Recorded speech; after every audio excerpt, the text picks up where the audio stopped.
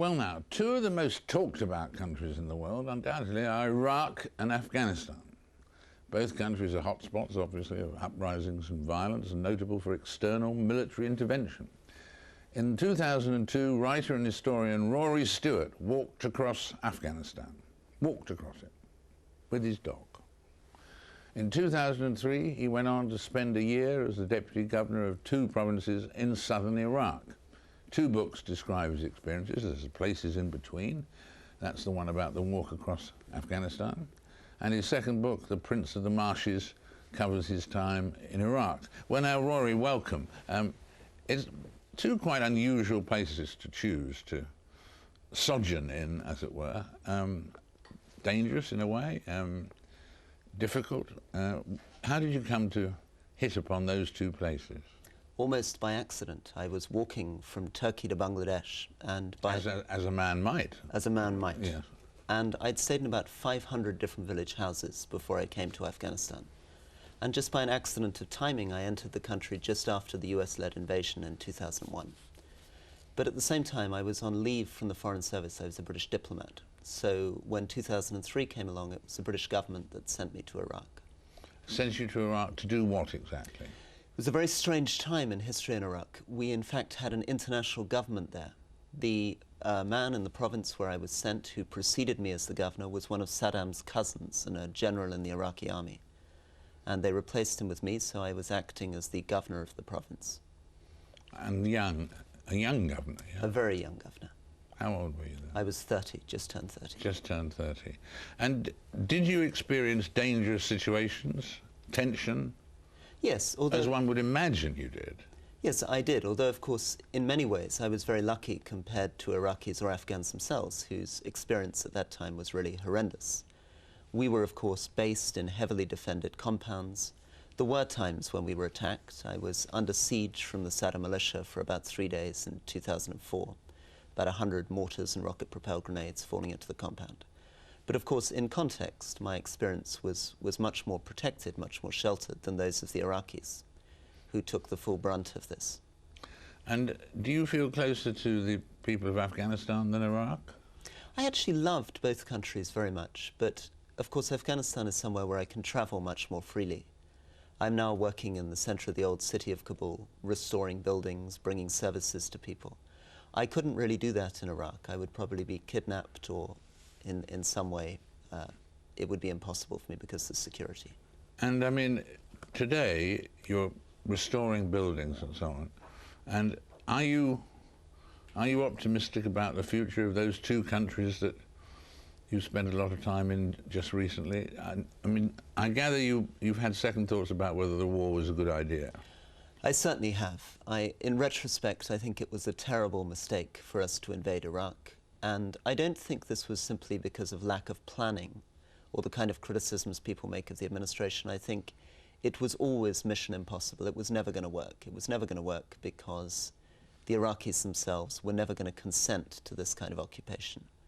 Am I optimistic? Yes. I strongly believe Afghanistan and Iraq in 20 years' time will be more stable, more prosperous, more secure, more just societies than they are today. But I don't think that's within the gift of the international community. I think that's because Iraqis and Afghans themselves are incredibly dynamic, entrepreneurial, hard-working. There's a lot of potential in those countries. And in some ways, I think the foreigners have just got to learn to step back and let those countries develop for themselves. What do you mean it's a good idea if we withdraw from both those countries? I think then people say, obviously, there'd be a bloodbath, but... I think in the case of Iraq, we have to withdraw. I think in the case of Afghanistan, certainly over the next 20 years, we need to dramatically reduce our presence. I think we've overextended, overcommitted into a country like Afghanistan. And by doing so, we're preventing people from taking responsibility for their own lives. And how do you plot the future of the Taliban, or are they semi-defeated now? I think the Taliban are much, much weaker than they were in 2001, but still in many rural areas of Afghanistan, there's a lot of support for them. Those villages are more conservative, more anti-foreign than we like to acknowledge. I don't think there's any future in foreign troops chasing the Taliban around rural areas. But on the other hand, I don't think the Taliban are ever going to have the power to seize a major city. Rory, thank you very much for being with us. Thank you. Very, very interesting study, and we'll be interested to see where you choose to go next, with or without the dog. Thank you very much. Now then, with less than 3 months to go to the Beijing Olympics, world athletics is in turmoil after more revelations about drug taking. Former US sprinting coach Trevor Graham was convicted this week after a trial in which a number of his medal-winning athletes admitted using performance-enhancing drugs. Earlier this year, you may remember superstar American sprinter Marion Jones was stripped of her 5 Olympic medals after admitting taking steroids. Can athletics clean up its act? Well, Michele Verroken used to head the UK sports drug testing programme. She's an expert, and she now runs a company as well called Sporting Integrity. Michele, welcome. Thank you. Starting with the amazing story from America, Trevor Graham and so on and so forth, how is it possible that so many athletes beat the system somehow, didn't get detected over, in some cases, years? What's wrong with drug testing? What doesn't work about it?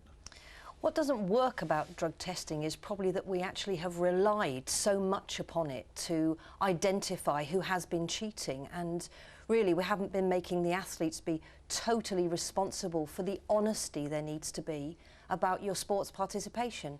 Now you see it in golf because you self-police in golf, but we've almost encouraged athletes, particularly track and field athletes, to rely on other people to police what goes on. So the honesty of these athletes has just been diminished. But I mean, an athlete knows when he's taking drugs and so on. And how does he evade the drug testing? Well, they know so much about the technology that we're using for drug testing. They know so much about when the actual drug test will take place. So it's so easy, if you're an athlete, to schedule in your clean urine to be able to pass the test, or to know the limits of the detection techniques in the laboratories in order to be able to surpass them. And so for those athletes, and I do think there are a majority of athletes who are actually participating drug-free, they're just looking around saying, well, why am I bothering? Because the ones I really need to beat, they're obviously not. And how many different sorts of illicit substances are there that work for athletes if they're going to be illicit? I mean, we hear steroids, the word steroids. Is it just steroids or is it other things as well? The main group of drugs that are really going to help anybody in sport are going to be around the hormone drugs, all based around testosterone. Also add to that another hormone to boost the number of red blood cells, EPO, for example. If you stay around those two, you'd probably have the fairest sort of group of drugs that we really want to see prohibited in sport. We really want to stop people from using because they are about performance enhancement. So we're not helping ourselves. We need to get back to some really basic things about how we stop sport being tainted by drugs. So how do we do that? I mean, what do we do that will improve things in that matter? I mean, you mentioned, for instance, that athletes can predict, can know when their test's coming, so they can take precautions. How can we jazz this up? Well, certainly we have to. It's a sort of balance between the science of detection and the sanctions, the consequences of using drugs. When you mentioned that Marion Jones had admitted to actually using doping substances, the situation, of course, was that what she did admit to was lying to the federal investigators. And if that was the consequence for any athlete who was cheating the system, it's about the lying. It's not about what you did, it's about the lying. It's about the dishonesty in sport. And we don't want you back. It has to be a very severe sanction. We don't want you back in elite level sport, which is why I'd be a supporter totally of the life ban on eligibility that Dwayne Chambers is now trying to challenge. We have to say that there's a stopping point. If you've cheated, that's it, you never come back. But in the case of Dwayne Chambers, it's a justice thing because he was given a sentence of 2 years and he served that. So he was. In fairness terms, it's too late to change that. It's too late to change that because we're dealing with the rules that were. However, of course, the Olympic eligibility rule in Great Britain is such that we don't allow athletes back without reviewing that case and deciding whether we want them back. And I think that's right about an Olympic Games, which after all is the pinnacle of sporting competition. And we can say to athletes like Dwayne, you may participate again in World Championship athletics, that's fine. But when it comes to an Olympic Games, we have to preserve the integrity of the Olympics.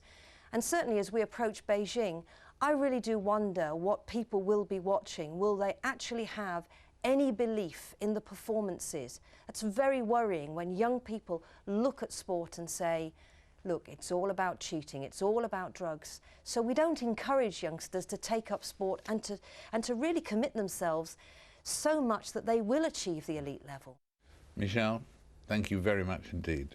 Well, we hope the Olympics will be a success rather than a failure, but that's all for this week. Join us again, 7 days' time, for another Frost Over the World.